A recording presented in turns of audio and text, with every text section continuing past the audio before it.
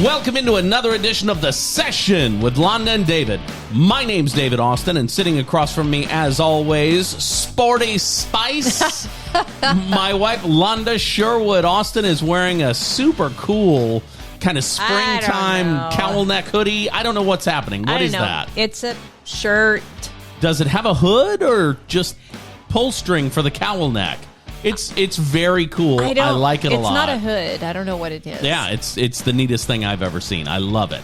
There you have it, and there it is as far as the fashion report is concerned. The Session with Londa and David is a program that talks about business, helping business owners improve their customer service experience and improve their own expectations for their workforce. The Session is brought to you each and every week by Sherwood Austin Growth Consultants. If you're looking to grow your income and success, Sherwood Austin Growth Consultants can help you find your sweet spot. Whether you're hoping to increase sales, grow your team, or just get your bottom line back in shape, you owe it to yourself to reach out to Londa today at 509-491-2663. That number again for Sherwood Austin Growth Consultants is 509-491-2663. With over 40 years of combined sales training, coaching, and management success, Sherwood Austin Growth Consultants is the right team to call. The number, one last time, 509-491-2663. Call or text Londa today. It's a great time to be in business. Why not be in business with us? Okay. I'm excited about this edition of The Session with Londa and David, and I know I say that every single time, but this is going to be a good one because we've had a busy last week and a half.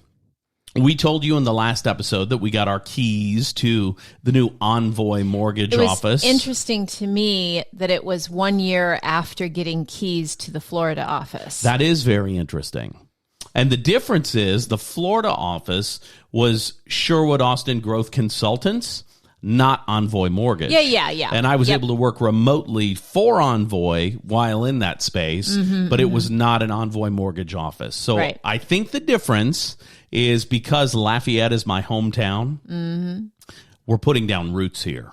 I don't think we ever really put down roots in Florida. We did our work from Florida. I tried to not die in Florida, I was successful. That's exactly right. Success. You had multiple cancer diagnoses. Yes. I don't know if that's the right way to say that. That is the right way to say it. So you had multiple cancer diagnoses. Then you had some oral surgeries, which were a big deal. And then you recovered for much of the year. Yes, in between the 7 different surgeries. Yeah, it was crazy. I feel like I'm still recovering, and that's a little frustrating to me because we went somewhere today, and 2 hours after we got there, I had to pull the ripcord. I was done. Exactly right. It's weird. My energy just has a weird ebb and flow to it that I don't really understand. It doesn't make any sense to me. But here we go. Here we are. And is it hormonal? Is it post-COVID? How do we know? Why? How would we know? Well, I don't know. It could be post-surgery, with all the things that are wrong with me, who knows? Is it the adrenal fatigue? Is it the autoimmune? Is it the menopause, the forced menopause from the hysterectomy from the cervical cancer? Is it post-COVID? Could be anything. It's a mixed bag of goodies. I am grateful to be alive and functioning. Right. And some days are hard. Right. I guess that's the best way to put it. That is a good way to put it. We've talked about your medical stuff here on the show a few times. We've done, in fact, full programs about customer service in healthcare. Well, and if you haven't listened to it, find it and listen to that one. And there's more discussion to be had around that. Right. We were talking at a lunch event recently to family members about healthcare. And it's very interesting to see how dynamic people's thoughts about traditional medicine and, whether or not you do steroid shots to get over something quickly. People have very differing thoughts about healthcare, and who knows what's the right way. I guess if you feel comfortable with your physician and you trust what your physician has to say, that's probably the best way to go. Well, it's like anything, right? The customer service piece of it's important. Right. And the relationship that you have with your doctor, with your, pool guy, with your car salesperson, with your realtor, with your, you know what I mean? It's all important, those relationships. So I've said for years, it's always good to have a guy. Yeah. And it is. And when you trust them, then that's where you feel comfortable making decisions. And that reminds me of one of the topics that I want to discuss on this week's program. It's the idea of having a team working for you in whatever you need, whatever you do. In real estate, it's really simple because the team is a top-notch realtor and a top-notch lender. If you trust your team, your likelihood to be successful in whatever your goal is, I would say, is higher. If you don't trust your team, for instance, someone who wants to buy a house who's thinking that the rules of real estate are the same as they were when they bought their last house 6 years ago, that person may not be successful and may get frustrated in the home buying process. And what I mean by that is 6 years ago, nationally, it was kind of a buyer's market, not a seller's market. Right now, nationally, it's a seller's market. So if you don't have a team that you trust and believe in, you're not going to be successful. I think that's true of any industry, right? Even going back to the medical stuff. Right. For your health and your health care, have a team that you trust. And the trust piece of it is very important. The team, as a business professional, you create a team of other business professionals, that you trust. I always tell people, if I refer them to a painter, for instance, I'll say, this isn't the first painter I tried. It's the one that I stuck with, right? They're always vetted. Okay. And so if I give someone a referral, it's typically somebody I've used personally, et cetera, et cetera. That makes sense. It's just that trust factor again. And I think some personality types want to hold everything. Right. They want to do all of it and not release some of the control, if you will, to other parts of the team. Right. But you can't grow that way. You can't grow. Sure. Yeah. I mean, even a stay-at-home mom or a stay-at-home person who's running a household has to have a team they can rely on, a team they can trust in. I always thought of it this way: you're the contractor, and it's okay to hire subcontractors for whatever you need. So whatever your business is or whatever your thing is that you do, maybe think of it like that. Like, okay, I'm the general contractor of this project, and maybe it's your business, or maybe it's, your home life, or maybe it's whatever. And who do I subcontract out? I like that. Yeah. That's good. Yep. Thank you. Well, the team mentality, the team philosophy is a good one. And you've talked about coaching and how being a coach is different than being just another member of the team. Absolutely, we could go on and on and on about which businesses that works great in, but I don't think any business is successful without a successful team. Absolutely. No, if you're in food service, no family is successful without a successful team mentality. No home is successful without a successful team mentality. No business is successful without a successful team mentality. It's all about the team. That's good. So, do you have a story of being in a team? I feel like you're leading me to some story. I don't know. Okay. So, this is just a question. Okay. Do you have a story that we can look at personally in your life where the team wasn't cohesive, there wasn't enough gel, and it wasn't a successful team experience for you? Do you have one of those? And this isn't a trick question. I'm sure. No. I know. Yeah. I mean, I have a million of them. You know, when I was a full-time stay-at-home homeschool mom, I would often subcontract some of my children's education to other people. Okay. Right? If they had a piano teacher. Mm-hmm. That's a subcontract of my general contract. Because you're not a piano player. Right. Okay. Or maybe they would go take foreign language lessons from someone. Mm-hmm. Or I had a math tutor. Mm-hmm. You know, because math, it ain't my thing.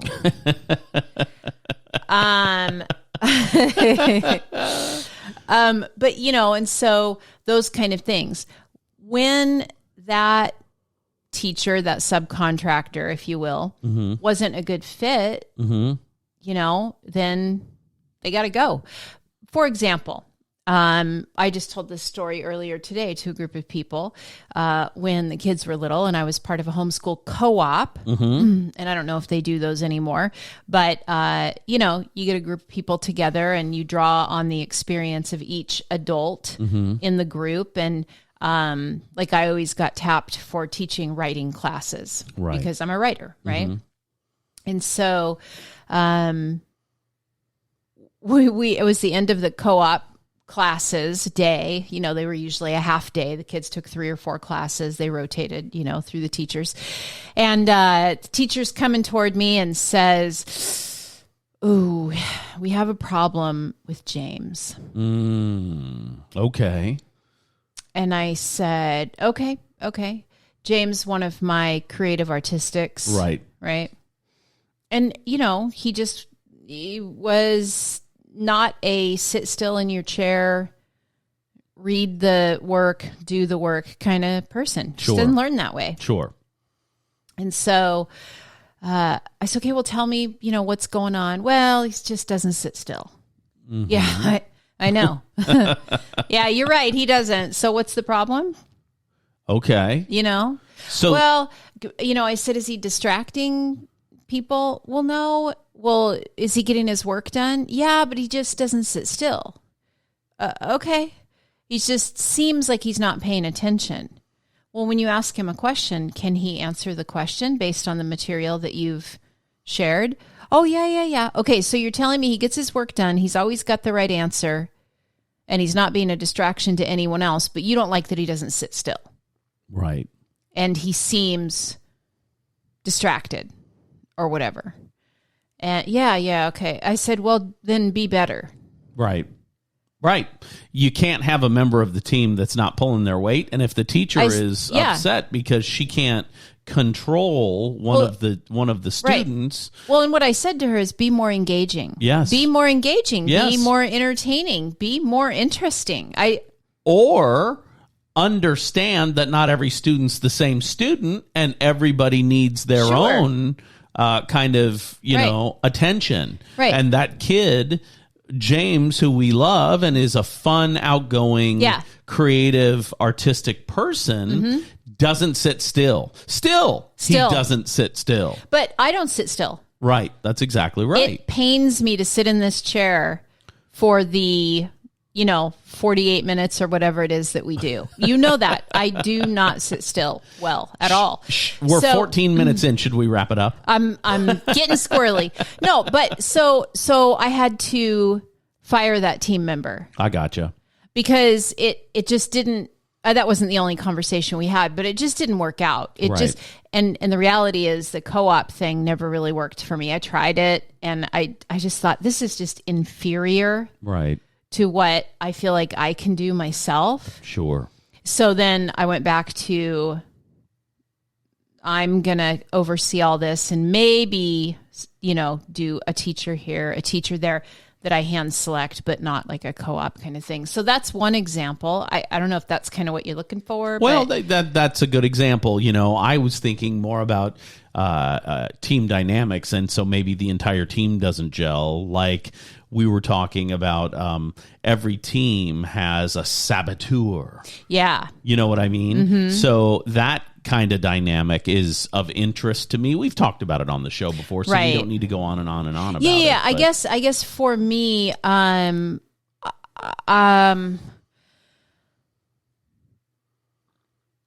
always a really good team member. Right. But I really like running my own ship. Okay. And so when you talk about a team, I mean, I just don't, outside of the family unit in business, I don't have really good team stories because I was always running the team. So you hire fast and fire faster, your subcontractors. That's just more how I think about it. Sure. And if they didn't gel, it was because like in real estate, I would try a landscaper who didn't perform well on my own property, so I fire them and don't refer them to clients. I gotcha. Do you know what I mean? Sure. So that kind of a thing. So I haven't worked really where I'm like forced to be in a team setting for a long period of time. Speaking of landscapers and firing landscapers and keeping landscapers and referring landscapers, I'd like to take this opportunity to say I sure do miss Brandon and Corby at Swanscapes LLC in Lakeland, Florida. Those guys provided a level of service for the Austin family, the tiny, tiny Austin family that we are. Yes. That was personalized and exactly what you expected because they did a needs analysis. Landscapers typically don't do that. Right. We have landscapers here in Louisiana, and they're okay. Well, all they do is cut the grass. That's right. That's all they do. They cut the grass and they edge and maybe do a little weed eating, and then they blow everything off. Our guys in Lakeland, Corby and Brandon at Swanscapes LLC, and I don't have their phone number handy, but it's easy to find them if you're one of our Lakeland listeners. Those guys care about everything they do.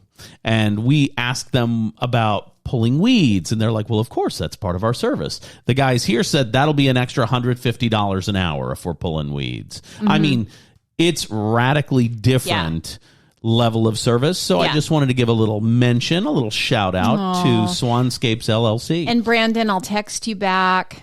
Sorry. Those he texted and asking me how we're doing. Well, that's exactly right. And he said, we miss y'all.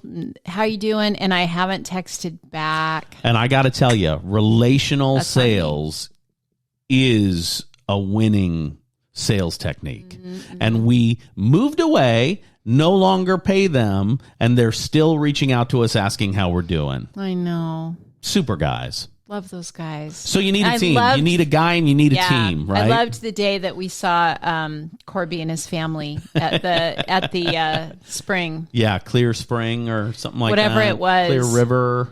I don't Crystal know. River. It was Crystal River. Yeah, that was so fun. We got to see the new baby, all that. Mm-hmm. But do you see, this is interesting, and I want our listeners to pick up on this, how invested we are in their lives as their customers. Right.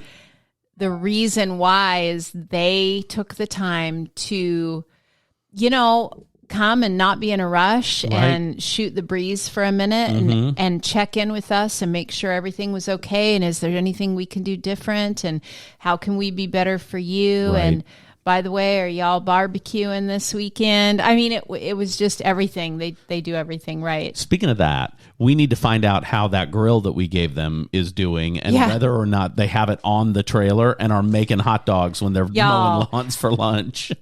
Yeah, that we were leaving and we gave them our grill because we didn't want to bring it with us. Well, we didn't need to because we've got an outdoor kitchen here, and I didn't want to leave it. Right.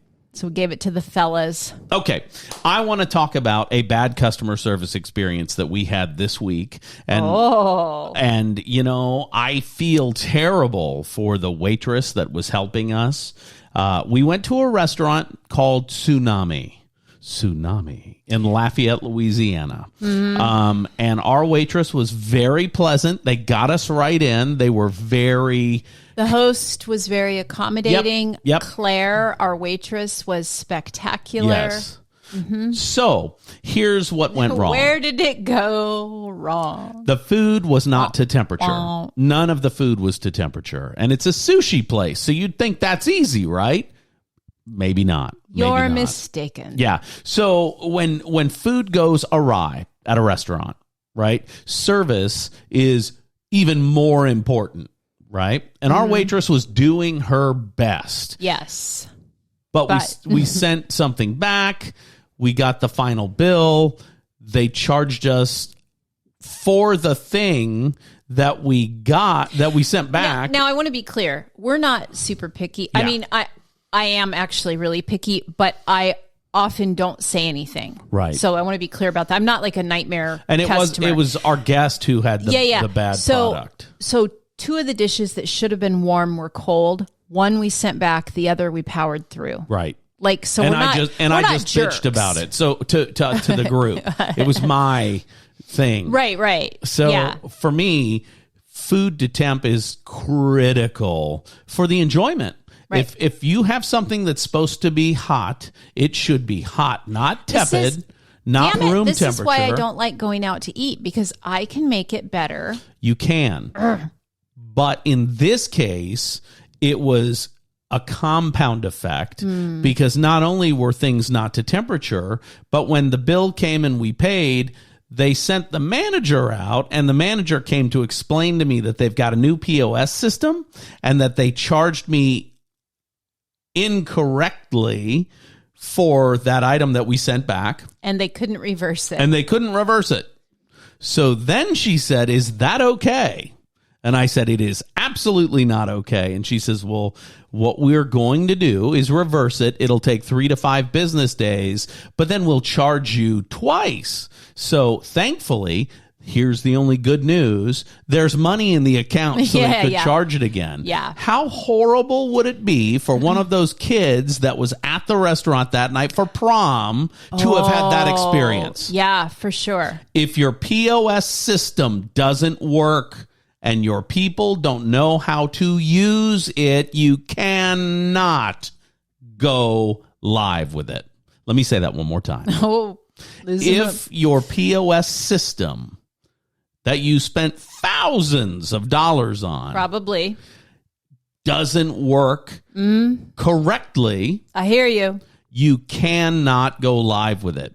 If I was a kid, 16 years old, sitting at prom or sitting at a restaurant before prom, on prom night, in a rented tuxedo, which I've done, and they came to me and said, "I'm so sorry, Mr. Austin, but something went wrong and we charged your card for $36 more than we should have. Is that okay?" Number one, no, because probably little David Austin in his rented tuxedo didn't have an extra $36. Right. And then 2, no, I can't wait 3 to 5 business days for the money to be credited back to my account. I got to put gas in the Impala. That's exactly right. The 1969 Chevy Impala. So while that snafu didn't ruin our night because we have the means to cover both of the bills. Right. Wow, what a failure in customer service it was. And I felt terrible for the waitress because she hadn't been trained properly on the POS system, so she couldn't void the charge. Once it was in the system, no one there knew how to get it out of the system. A lot of mistakes do happen because of failure of training. In fact, I was at a business training one time, sales training, and they were talking about teams. And they said, if you have a team member who falls down, they fail at something, they have an epic failure, is it on them or is it on you? And the first thing to always ask yourself as their leader is, was this properly taught, properly trained? And to put it back on yourself and say, have I done everything I could do to make sure this was avoided before you try to figure out why this idiot can't do blah, blah, blah. You know what I'm saying? That's exactly right. Now, I do want to say at Tsunami, they did offer us free desserts, which we declined because we just weren't interested. And they sent us home with a $25 gift card. They did all they could to make it right. Right. They did. They did. But it was a breakdown in their system that caused a lot of chaos. And some would say technology glitch. What are you going to do? Well, you make sure your food temps are right. Well, because that wasn't a technology glitch. Do you know what I mean? Right. If you've got a product that's supposed to be hot, it should not be room temperature. There's no excuse for that. Now, I know room temperature. It was cool. I know people will say, be more charitable. It maybe sat in the window longer while something else was cooking. Well, we were charitable. We did not scream at anyone. Right. We weren't angry with anyone. Right. We were very charitable. I think that's an interesting point that you just brought up, that people who are direct are unkind. No. I didn't say that. No. That is a thought, though, that people have. Okay. That even bringing it up was unkind, was being difficult. Well, okay, I get that. And I don't agree with that. But and I often brace for the fireworks when something is not right in a meal, because in my past life, that was a big, bad problem, right? Yeah, I'm always kind. Yeah. So I guess what I would say is the poor girl who was our waitress was doing all she could to make it a good experience. Mm-hmm. And one thing after another undercut her feet. Mm-hmm. You know what I mean? Mm-hmm. So the team could have really rallied to help her. Sure. And the kitchen did her no favors, and she didn't blame the kitchen, by the way. She didn't. Not once. In fact, she apologized, and I said, you didn't cook it. Right, that's exactly right.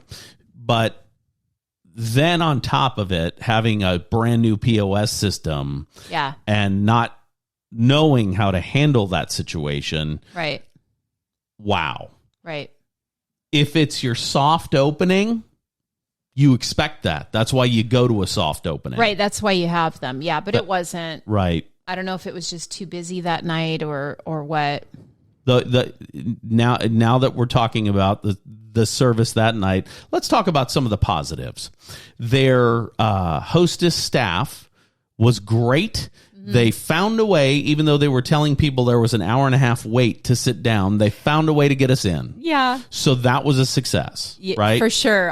We had to it was 6:30 p.m. We had to promise to be off the table for their 8:30 reservation, which we knew we would easily do. Except it took 20 minutes for us to check out. So we left at 8:17. But that's on them. That is on them. I mean, and hopefully they were able to turn the table quickly. And they didn't have anyone assigned to that table when we sat down, so that took a long time. Again, this is a breakdown in the teamwork, right? Yep. The hostess did a great job of finding a space for us, right? But then there was a breakdown in communication because the waitress didn't expect someone to be at that table till 8:30, right?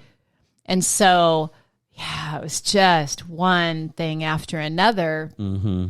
My fried rice was great. Well, and that was the thing at the table that was really good. And our waitress did recommend the calamari, even though I didn't want to get it because I didn't want to be the only one eating it. But I'm glad she did, because that was bomb, and nobody else at the table knows because I was the only one who ate it. I tasted it. It was gross. But the Big Easy roll that you got. Yes. While it was cold. And it shouldn't be, because it's got fried seafood in it. I thought was really good. It was really tasty. So there were ups and downs, I guess. It was awful in the mouth. And I think...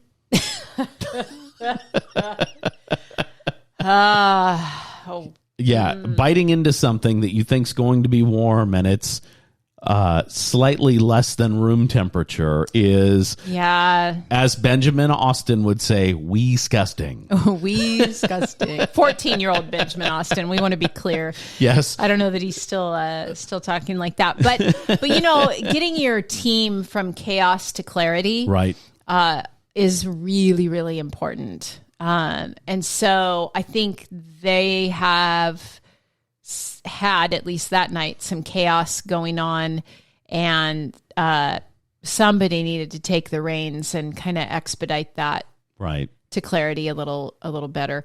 And it was, I could make all the excuses in the world. They weren't expecting that table to be filled. It was a prom night, so there were tons of people. Right. If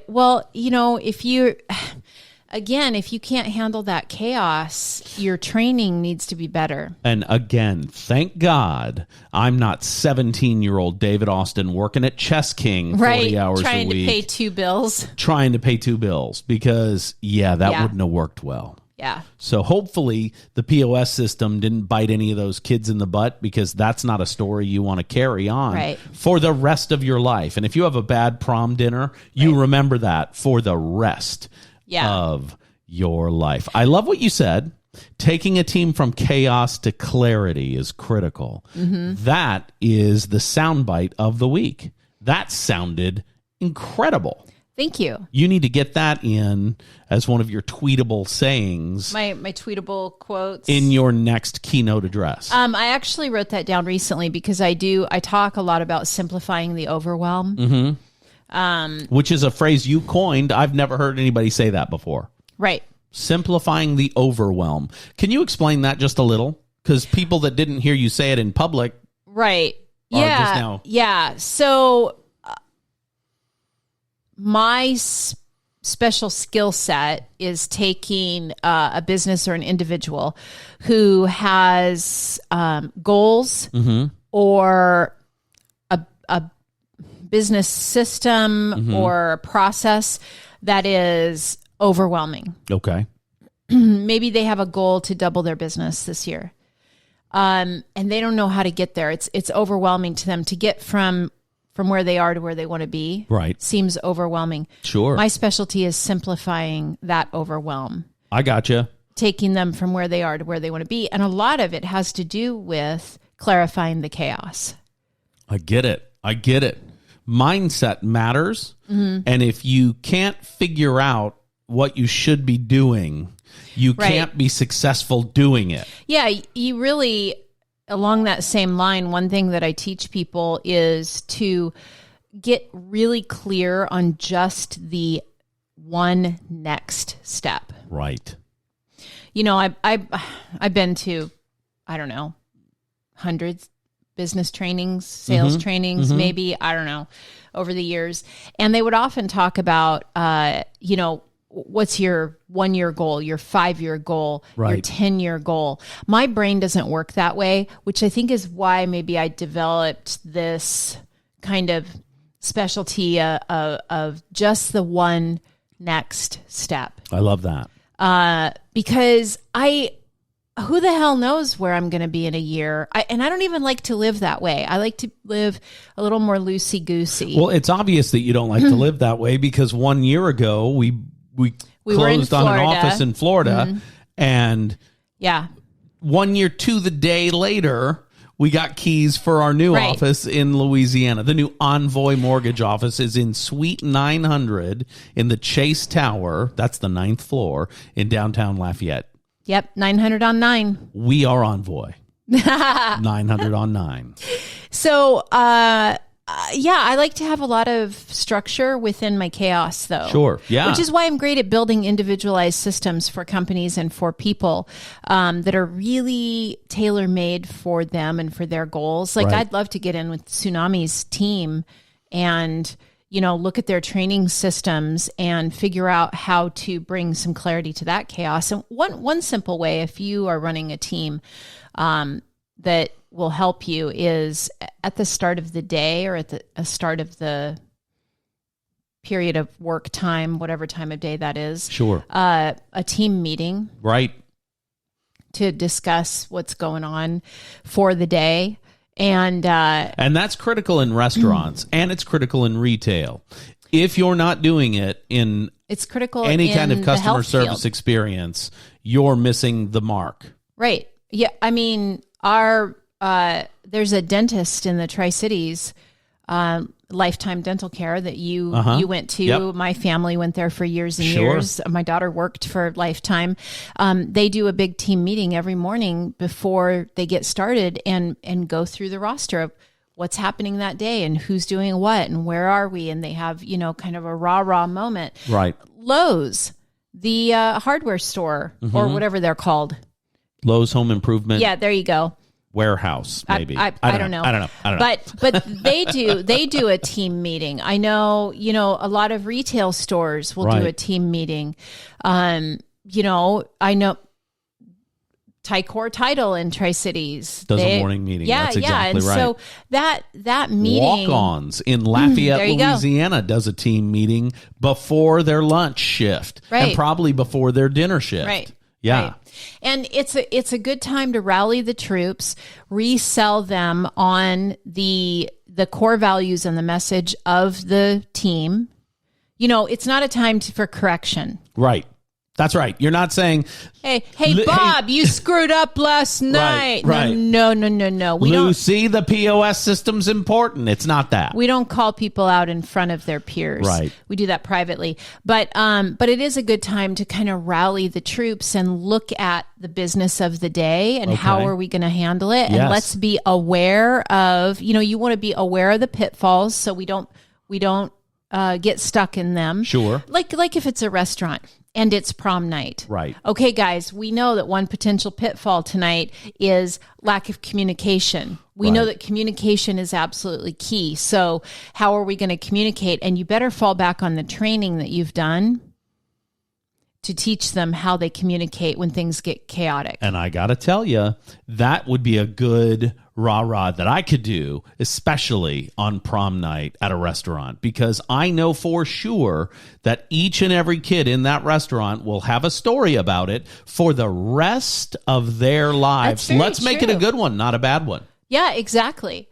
And you know what I mean? It's got to be motivational. It's got to be inspiring. Yes. It's got to be educational. Yes. It's got to be all those things. And if you're the team leader and you're not good at that, there is probably someone on your team that is good at it. Exactly right. So enlist them. There's always an I personality type from the DISC personality training, and you can Google that. But or you can have me come to your organization and do a training on. I've been training on DISC for 12 years. All you need to do to schedule that is call Sherwood Austin Growth Consultants today at 509-491-2663. That number again, 509-491-2663 for Sherwood Austin Growth Consultants. You can email Londa at sherwoodaustin.com. You can text her at that phone number, again, 509-491-2663, 509-491-2663. And she'll come speak to your organization. Yeah, it's my favorite workshop to do, the DISC workshop. And because for years and years and years, I heard speakers talk about the personalities, but they never talked about what you do with that information. Right. I talk about how to use that information to make more money, have more fun in your work, have more freedom in your schedule, have more downtime if that's what you want. But so I teach you what to do with it. But anyway, you always have an I personality in the group, and that's the party person, right? So enlist their help because they're natural motivators. Yes, I love that. So anyway. I love that. Now, before we get to the question of the week, I want to say one last time that every individual that we spoke with at Tsunami was doing their best. There were just some systems issues and all the team wasn't cohesive. Right. Now, I do want to mention a great customer service experience we had in the same week, and that is in little tiny Arnaville, Louisiana, the restaurant Little Big Cup. The Little Big Cup is kind of a fun family dining kind of establishment, and they do a Saturday and Sunday brunch, and it is spectacular. Mm-hmm. It was a great experience. Mm-hmm. We went to that Saturday, and I got to tell you, the food was Cajun home cooking, right? Yeah. with breakfast stuff too. Yeah, super good. So they had gumbo, they had jambalaya, which I'm not a huge fan of jambalaya, and I remembered that there. But it was cooked right. It tasted right. It's just not my thing, right? Mm-hmm. They had boudin on the buffet. They had chicken and waffles on the buffet. They had eggs Florentine, I think is what it said. And the egg product was really, really good. And good news, because with a breakfast buffet, you need a good egg product, right? Yeah. They did a great job, and the service was wonderful, and the food was great, and the atmosphere was really beautiful. And I had made the reservation, and the manager came over and said, "Miss Londa," kind of looked around the table. I said, "Yep, how's everything going?" They checked in with us, which was great. And she wasn't in a hurry. She stood, like everyone here. Right. She stood and talked. She said, "How's your mom and him?" So if you're in Lafayette and you want a fun dining experience that's different than many restaurants you've been to, drive 20 minutes up the road to Arnaville, Louisiana for Little Big Cup. What a good experience. We had friends come in from Baton Rouge. They met us there. And then the best part is Alessandro treated at the end. Yeah. What a good experience that huge was. Treat. What a good experience. And we got to see my friend Gene Serio-Smith, who I love dearly. And I'm glad you two are becoming friends. Yeah. What a nice treat that is for me. Yep. That you two are becoming friends. Okay. We only have time now for the question of the week, and we don't have a lot of time. But what is our listener question this week, Londa? I said it to you earlier. What did I say? Do you remember? No. That's why I just asked you, what is our question of the week? I think it had to do with unique creative systems. The best system you've ever used. That's what it was. What's the best system you've ever used? Okay. What is the best system you've ever used? Mm-hmm. For me, it's a follow-up system. Okay. Tell me about it. So I call it the rule of twos. Mm-hmm. When I meet with a client or I close a deal. Yes. Then immediately following that, let's say it's a closing. I want to use that as an example. You've made the sale. Okay. Whatever the sale is. Yes. I immediately open up my calendar in my phone. You know, we used to write it on the calendar. Mm-hmm. And I put a reminder in my phone in 2 days, 2 weeks, and 2 months. Okay. To check in with those people. All right. I also have a system for what kind of things I ask them when I check in. Right. And because you have to. It has to make sense. Right. Hi, I'm calling for your 2-month call. No, that Sounds doesn't weird. make sense. They don't know. Okay, so let's talk about it. Okay. 2 days in, you're calling them, and I'm only imagining that you're saying, hey, how's the move going? Is everything exactly what you think? Let's assume that it's real estate, okay. but I've done this with other things as well. But let's assume it's real estate. Sure. So my 2-day call includes questions like, hey, were there any surprises? Okay. At the house that you weren't expecting now that you're moving some stuff in or, doing whatever. Now that you're in the space a little bit more, any surprises I should know about? Any immediate problems that need to be solved? Okay. Because That's I'm good. looking to make the transition as smooth as possible for them. Yes. And I'm going to check in because I refer them to movers, So how were the movers? Were you satisfied with their work? I want to make sure that my team is doing a good job, right? Right. So anybody else that I referred them to, I want to make sure that it went well. Do you have all of the garage door openers? Do you have, all that kind of thing? Remember that, all the manuals for all the appliances are in that top drawer. I know I showed it to you before, but I just wanted to remind you because you've got a lot on your plate. Okay, so that's the 2-day call. Mm-hmm. What's the 2-week call look like? Okay, the 2-week call is, how many boxes do you still have to unpack? Are you making headway? Okay. Is there anything you need from me? Okay. Have you discovered that you need a guy? Like we moved into our house in Louisiana, and it wasn't too long after we moved in that we needed a plumber. Right. And we knew probably 2 weeks after we were here that we needed a plumber. Sure. So I'm asking, anything you've come across where you need a guy? Are you getting your mail forwarded? Do you need a pest guy, a lawn guy, if they're, you know what I'm saying? Sure. So have you got anything up on the walls yet, or is that a little too far ahead? I gotcha. So we got that from our realtor. We didn't get the call for that, but we reached out to him, and he instantly had a guy for us. Robbie Bro, realtor in Lafayette, Louisiana with eXp Realty, the Robbie Bro team. He had a guy for us. So our plumber is a guy he recommended, and now he is my guy for plumbing. Right. Yep. You know what I mean? Exactly. Yeah. And I might hey, on that 2-day, I might send him a pizza, Oh, that's cool. I've done that before. Yeah. And then the 2-month call is, are you still in love? Okay. Are you still in love with everything?